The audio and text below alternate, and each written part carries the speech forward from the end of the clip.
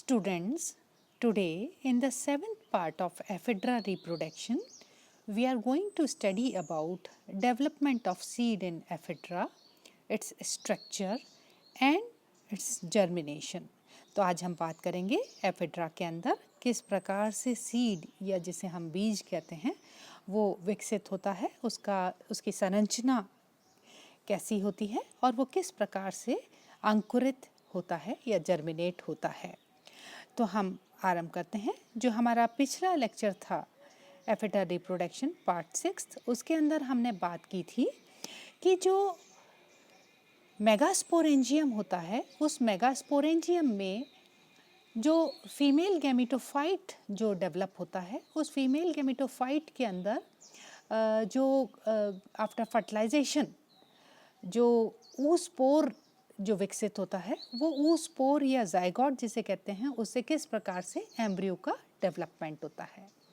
तो megasporangium after fertilisation develops into seed. तो जब हम बात करते हैं एम्ब्रियो डेवलपमेंट की तो एम्ब्रियो का डेवलपमेंट उस मेगास्पोरेंजियम के अंदर एंडोस्पर्म के अंदर जाइगोट के द्वारा होता है और उस जाइगोट के द्वारा जो एम्ब्रियो डेवलप होता है एफेड्रा में वो उसका स्ट्रक्चर बिल्कुल डाइकॉट एम्ब्रियो के समान होता है। उसमें you can see there are 2 cotyledonary leaves. एक कोटाइलिडनरी लीव्स जो है आपको ये नज़र आ रही है, this is the first cotyledonary leaf and this is the second cotyledonary leaf. और ये जो कोटाइलिडनरी लीव्स जो एम्ब्रियो में डेवलप होती हैं ये उसके बीच में जो सेंट्रल एक्सिस होता है इस सेंट्रल एक्सिस के ऊपर रेडिकल एंड प्यूम्यूल डेवलप होता है। और इस तरह से ये जो कंप्लीट कोटाइलिडनस टाइप जो एम्ब्रियो डेवलप होता है ये जो सस्पेंसर होता है इस सस्पेंसर की टिप के ऊपर ये डेवलप होता है।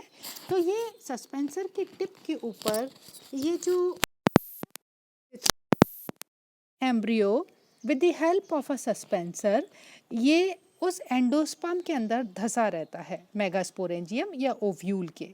तो जब हम सीड के स्ट्रक्चर की बात करते हैं तो let's move to the next slide. तो जब हम सीड के स्ट्रक्चर की बात करते हैं मेगास्पोरेंजियम से ये जो सीड विकसित हुआ है ये आफ्टर फर्टिलाइजेशन विकसित हुआ है और उसमें यू कैन सी ये जो आपको बीच में सेंट्रल स्ट्रक्चर नज़र आ रहा है ये सेंट्रल स्ट्रक्चर आपको ये डाइकोटाइलिडनस टाइप ऑफ एम्ब्रियो नज़र आ रहा है। और ये डाइकोटाइलिडनस टाइप ऑफ एम्ब्रियो जो है ये फीमेल गैमेटोफाइट या जिसे हम एंडोस्पर्म कहते हैं उसके अंदर ये धंसा हुआ रहता है with the help of a suspensor tube and it gets its nutrition from this endospermous tissue. जब सीड का विकास होता है तो न्यूसेलस जो होता है ये न्यूसेलस एक थिन पेपरी लेयर के फॉर्म के अंदर नज़र आता है। पूरा का पूरा न्यूसेलस जो है उसमें आपको सीड के अंदर आपको उसके रेमनेंट्स इस लॉन्जिट्यूडनल सेक्शन में नज़र आएंगे। और ये न्यूसेलस जो है आफ्टर फर्टिलाइजेशन ये न्यूसेलस जो है यानी सीड में जब विकास होता है उस टाइम में ये कहलाता है पेरीस्पर्म। So this is पेरीस्पर्म।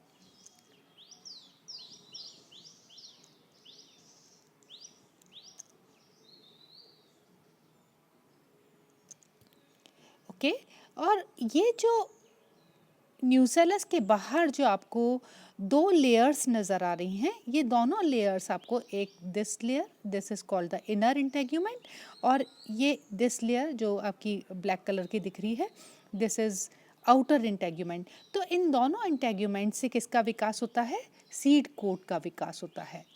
तो जो एफेड्रा के अंदर जो सीड कोट विकसित होता है वो 2 लेयर्स से बना होता है। आउटर इंटेग्यूमेंट जिससे डेवलप होता है टेस्टा और इनर इंटेग्यूमेंट जिससे डेवलप होता है टैगमेन।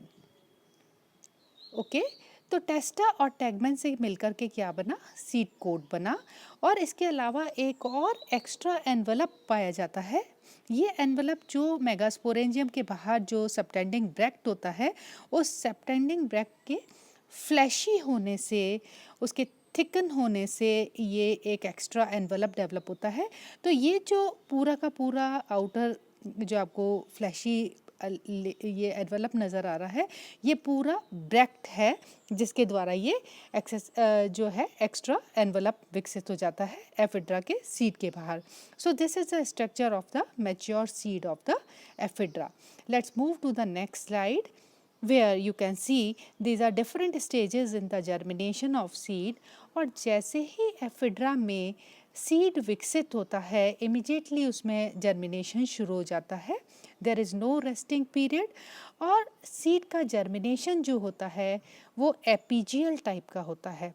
टेस्टा से first radicle is coming out और रेडिकल के टिप पे you can see the root cap also और उसके बाद में you can see the part of the hypocotyl. ये इस हुक फॉर्म के अंदर आपको नज़र आ रही है हाइपोकोटाइल. और ये हाइपोकोटाइल के डेवलपमेंट के साथ ही ये जो कोटाइलिडनरी लीव्स हैं that also comes out from the testa. तो टेस्टा से बाहर आने के बाद ये जो कोटाइलिडनरी लीव्स हैं इन कोटाइलिडनरी लीव्स के एक्सिल में यंग फॉलिएज लीव्स डेवलप होती हैं और जो रेडिकल था उससे प्राइमरी रूट डेवलप होती है और उस प्राइमरी रूट से सेकेंडरी रूट्स डेवलप होती है. इस तरह से सीड के जर्मिनेशन से next young sporophytic plant develop होता है और ये sporophytic plant further develops into a mature sporophytic plant of ephedra. इस तरह से एफिड्रा में लाइफ साइकिल चलती रहती है. That's all about my today's lecture. In the next lecture, we will study about life cycle of the ephedra. Thank you.